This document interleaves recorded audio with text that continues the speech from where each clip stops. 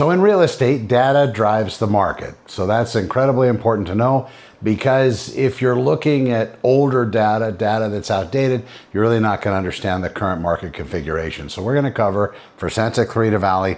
Right now I'm pulling all this intel from the CRMLS, the CRMLS feed that I have plugged in to Santa Clarita open houses.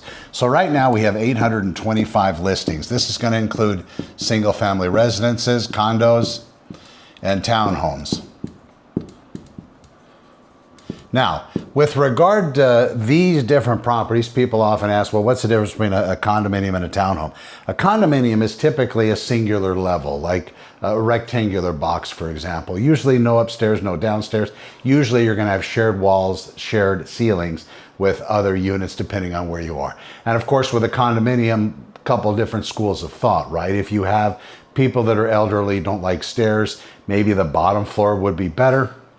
And then if you have, people that want to live on the top so they have no neighbors above them, so they're not hearing the pitter patter of little or big feet on their ceiling, then of course you might want to venture and go to the upper level, but just understand groceries, those sorts of things, you're going to be hauling those upstairs. And as far as townhomes go, typically townhomes right now are categorized as having multiple stories. So you're going to see townhomes that usually have an upper level and then the main level, or it could be you enter on a particular little area, maybe adjacent to a garage. Maybe there's the entry point from the garage into the dwelling, and then you go upstairs immediately. There's Diamond Heads and Stevenson Ranch. Vista del Canyons are that way over in Canyon Country. But then you come up to your living area, but it is 2 stories, so it's going to be a townhome. Some of the things to look for in both condominiums and townhomes are going to be parking. How does parking work?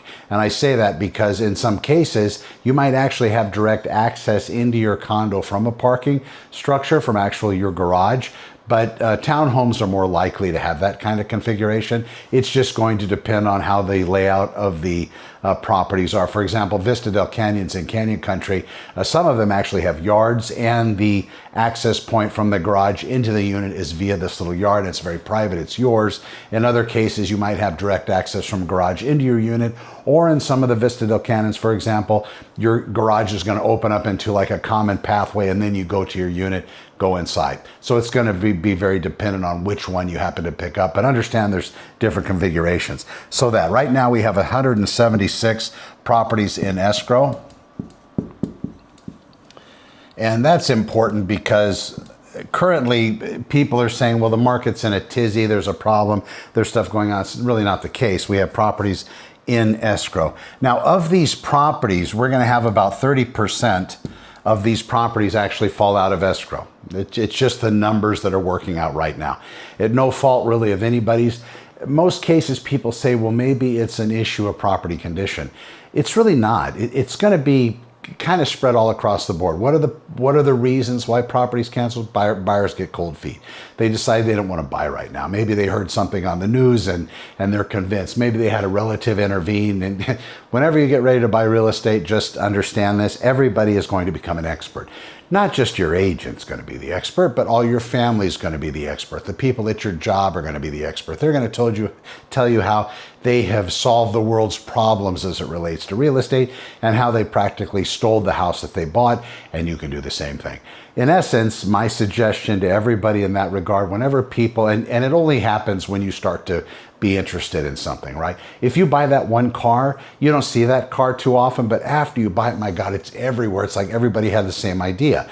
Same thing in real estate. You start to consider buying or selling real estate. Not only does AI implement that into your feed, so you're seeing it on Facebook, Instagram, TikTok, wherever you happen to hang out online. So now everything's about real estate, but people in your life are going to start talking about it. I would take what they tell you with whatever particular weight you want to give it, but ultimately they have a goal. Maybe they want to impress upon you how amazingly fantastic they are, how wonderfully intelligent they are, how they were able to do something nobody else does, so then they're going to come tell you this story. My suggestion, if they're bringing you something to the table, something of a critical nature that you might be able to use to help you purchase better real estate or use it to apply to your agent, go tell your agent. Go tell him, hey, you know, I got this buddy at work named Stan, and Stan was telling me when he bought a property a couple of years ago, it was actually a short sale. He picked it up for $60,000 less than fair market value. How does that work? Is there something?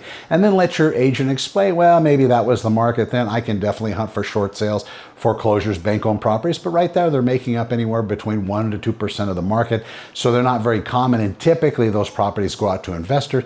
How do you compete to an investor? Well, you're going to have to modify your loan, maybe go in cash if you have that capability, or maybe shorten time frames to make it more attractive, but that's a public-facing distressed property, and a lot of those are being taken care of before they even hit the market because everybody's handshaking under the table. It's like venture capital. You know, everybody wants to be a venture capitalist to inject money into the next great thing. Yeah, just to get on that list.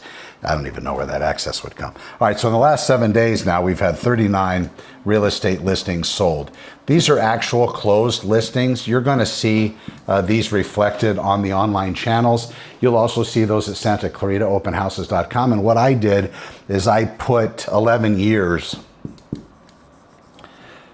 Yeah, if I could even make that work. 11 years of sold data up on my site, just so everybody could see it. So if you're a seller out there contemplating selling something, you can go to the online portals to get information as far as what your property is valued for. However, just be careful because all of your information, anything you give up on those systems, they're going to be sold to the highest bidder.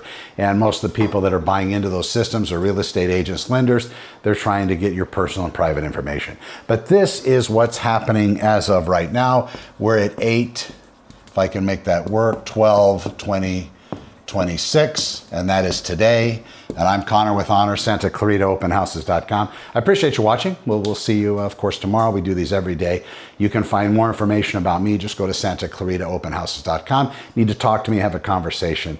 You'll find all that contact information there. Thank you very much. Have a great day. Be safe out there. Take care.